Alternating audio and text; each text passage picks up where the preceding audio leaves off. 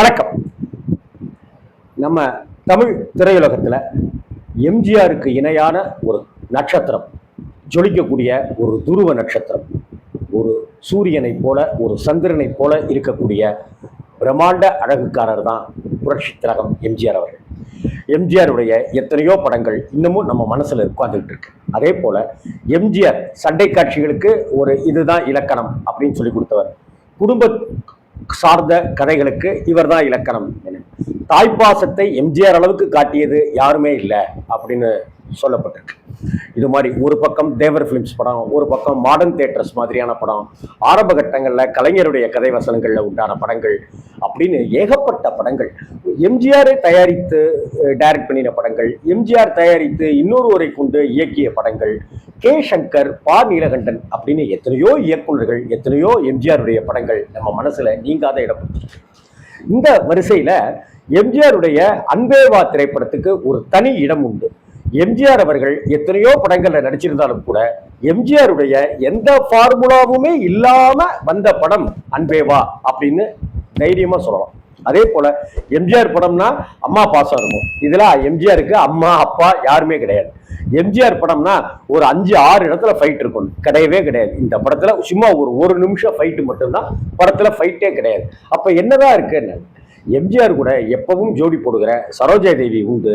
ஆனால் இந்த படம் வேறு ஒரு விதமான ஒரு மன சந்தோஷத்தை நமக்கு கொடுத்துச்சு அப்படின்னு தான் சொல்லணும். அன்பே வா திரைப்படம் முழுக்க முழுக்க ஒரு காதல் கதை தான். முழுக்க முழுக்க ஆணுடைய மனசை பெண்ணும், பெண்ணுடைய மனசை ஆணும் புரிந்து கொள்ளாமல் முட்டிக்கொண்டு, புரிந்து கொண்டு சிநேகிதம் வைத்துக் கொண்டு இருக்கிற ஒரு கதை தான் அன்பே வா அப்படிங்கிற அந்த படத்தோட கதை. மிகப்பெரிய வெற்றி படமா அமைச்சது. இந்த படத்தை பத்தி சொல்லும் போது அன்பே வா திரைப்படம் ஏவிஎம் தயாரித்த படம். ஏவி மெய்யப்ப செட்டியார் அவர்கள் தயாரித்த இந்த படத்துல ஏசி திருலோகச்சந்தர் அவர்கள் டைரக்ட் செய்த இந்த படத்துல எம்ஜிஆர் அவர்கள் நடிச்சிருப்பார்.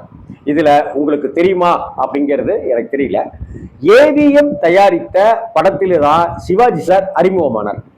ஏவிஎம் தயாரித்த படத்துல தான் சிவகுமார் மாதிரியான நடிகர்கள் அறிமுகமானாங்க. இப்படிப்பட்ட ஒரு சூழ்நிலையில ஏவிஎம் எத்தனையோ படங்களை சிவாஜி கணேசனை வைத்து எடுத்திருக்காங்க. ஆனால் ஏவிஎம் எம்ஜிஆரை வைத்து படமே எடுக்கல. எம்ஜிஆரும் ஏவிஎம் நிறுவனத்துக்கு எந்த படமும் பண்ணித்தரல. ஆனால் ஒரே ஒரு படம் அன்பே வா அப்படிங்கிற படத்துல தான் ஏவிஎம் நிறுவனமும் எம்ஜிஆரும் இணைந்தது அப்படிங்கிறது நிறைய பேருக்கு தெரிஞ்சிருக்க வாய்ப்பு உண்டுதான், ஆனா தெரியல. அன்பே வா அப்படிங்கிற அந்த திரைப்படம் ஒரு முழுநீள கலர் படம், அட்டகாசமான கலர் படம். இன்னைக்கு பார்த்தாலும் ஒரு புது படம் பார்த்த ஒரு சந்தோஷத்தை தரும். நாகேஷ் மனோரமாவுடைய ஜோடியா இருக்கட்டும், நாகேஷ் மனோரமாவுடைய காமெடியா இருக்கட்டும், டிஆர் ராமச்சந்திரனுடைய காமெடியா இருக்கட்டும், நான் ரொம்ப ரொம்ப ரசிச்ச விஷயங்கள். இந்த படத்தை பத்தி ஒரு சுவாரஸ்யமான விஷயங்கள் பல இருந்தாலும் கூட இந்த படப்பிடிப்புல நடந்த ஒரு சம்பவத்தை தான் இந்த இடத்துல சொல்லணும். அதுதான் எம்ஜிஆர் அப்படின்னு நான் பார்த்தேன். வடபோச்சே அப்படிங்கிற ஒரு விஷயம். வடை அப்படின்னாலே நமக்கு நிறைய காமெடிகள், நிறைய விஷயங்கள் நம்ம வாழ்க்கையில டக்கு டக்குன்னு ஞாபகத்துக்கு வரும். வடை அப்படிங்கிறது வடபோச்சே அப்படிங்கிற வடிவேலுடைய அந்த காமெடி டயலாக சொல்லாதவர்களே கிடையாது. அதே போல வடையை வச்சுக்கிட்டு ஒரு பேப்பர்ல ஒத்தி எடுத்து எண்ணெய் அப்படியே புழிஞ்சு எடுக்கிற விவேகோட காமெடியும், இப்படி வடை குறித்த காமெடிகள் நிறையவே இருக்கு இல்லையா. அன்பே வா திரைப்பட படப்பிடிப்பு ஸ்டுடியோல நடந்துட்டு இருக்கிற அந்த தருணத்துல எம்ஜிஆர் அவர்கள் எம்ஜிஆருக்கு வடையெல்லாம் கொடுக்குறாங்க. அதே போல ஏவிஎம் சரவணன் அப்படி அவங்களுக்கும் வடையெல்லாம் கொடுக்குறாங்க. அந்த சமயத்துல எம்ஜிஆர் அவர்கள் ஏவிஎம் சரவணன் கிட்ட கூப்பிட்டு யாரும் சுத்தி இருக்கிறாங்களா அப்படின்னு எம்ஜிஆர் பாக்குறாரு. சுத்தி யாரும் இல்லை அப்படின்ன உடனே, பக்கத்துல யாரும் இல்லை அப்படின்ன உடனே சரவணன் இனிமே ஸ்டூடியோ ஃப்ளோர்ல வடையெல்லாம் சாப்பிடாதீங்க அப்படின்னு எம்ஜிஆர் அவர்கள் சொல்லிட்டார். ஏன் அதாவது வடையை அப்படி அடுப்பு இதுல இருந்து கடையில பார்த்தோம்னாக்கா வடையை அப்படி எடுக்கும் போதே நமக்கு சாப்பிடணும்னு, எண்ணெயில மிதக்கிற அந்த வடையை பார்க்கும் போதே நமக்கு சாப்பிடணும் அப்படின்னு ஆசை வரும். சூடா வடை இருந்ததுனாக்கா 2 வடைக்கு பதிலாக 4 வடை கூட நம்ம சாப்பிடுற ஆளுங்க தான் நாமெல்லாம். ஆனா எம்ஜிஆருக்கு அப்படி வடை சாப்பிடணும்னு ஆசை வந்துருச்சா? எம்ஜிஆர் உடற்கட்டை கரெக்டா வச்சுக்கணுங்கிறதுக்காக அப்படி செஞ்சாரா அப்படின்னாக்க அது இல்லை. ஏவிஎம் சரவணன் சாருக்கு இது பற்றி அதிர்ச்சி ஆயிடுச்சு.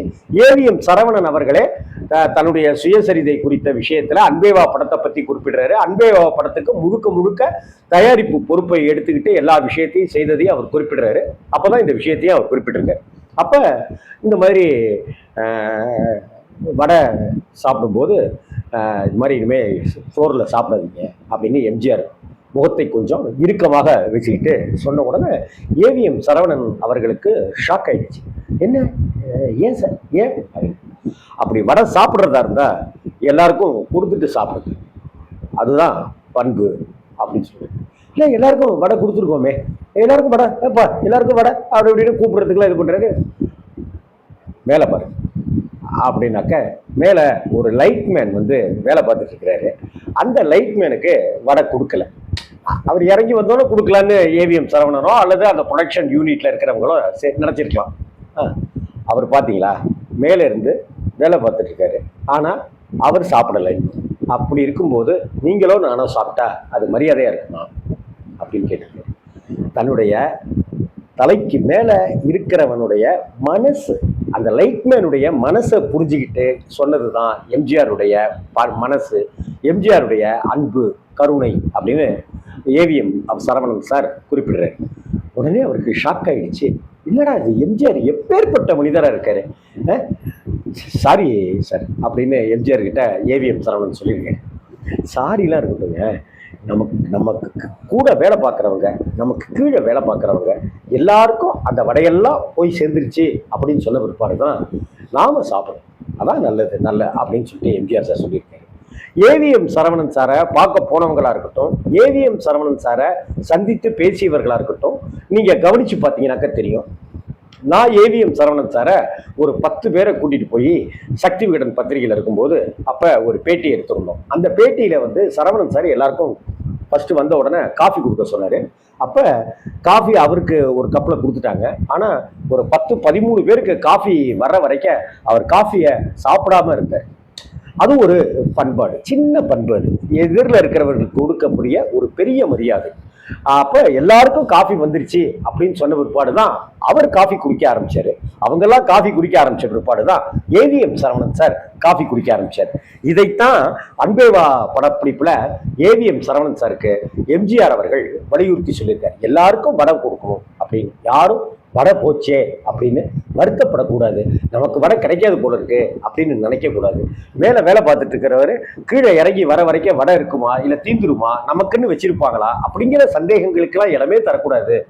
அந்த சமயத்துல அவங்களை இறங்கிட்டு அப்பா வேலை பார்த்துட்டு வடையை சாப்பிட்டுட்டு மேல வேலைக்கு போப்பா அப்படின்னு சொல்லணும். அப்படிங்கிற பல விஷயங்களை எம்ஜிஆர் சொன்ன அந்த வடைய ஃப்ளோர்ல சாப்பிடாதீங்க, ஸ்பாட்ல சாப்பிடாதீங்க அப்படின்னு சொன்ன விஷயத்த ஏவிஎம் சரவணன் அவர்கள் குறிப்பிடுறாரு.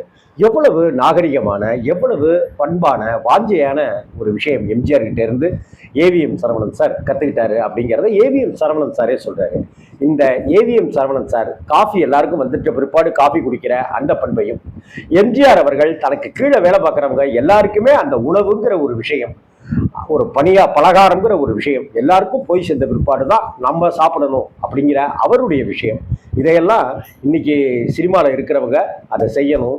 நம்மளும் சராசரியா நம்ம சக நண்பர்களோட உறவுகளோட பழகும்போது இதையெல்லாம் நம்ம கவனத்தில் கொள்ளணுங்கிறதெல்லாம் எம்ஜிஆர் கிட்டத்தட்ட உறுதி செய்திருக்கார்.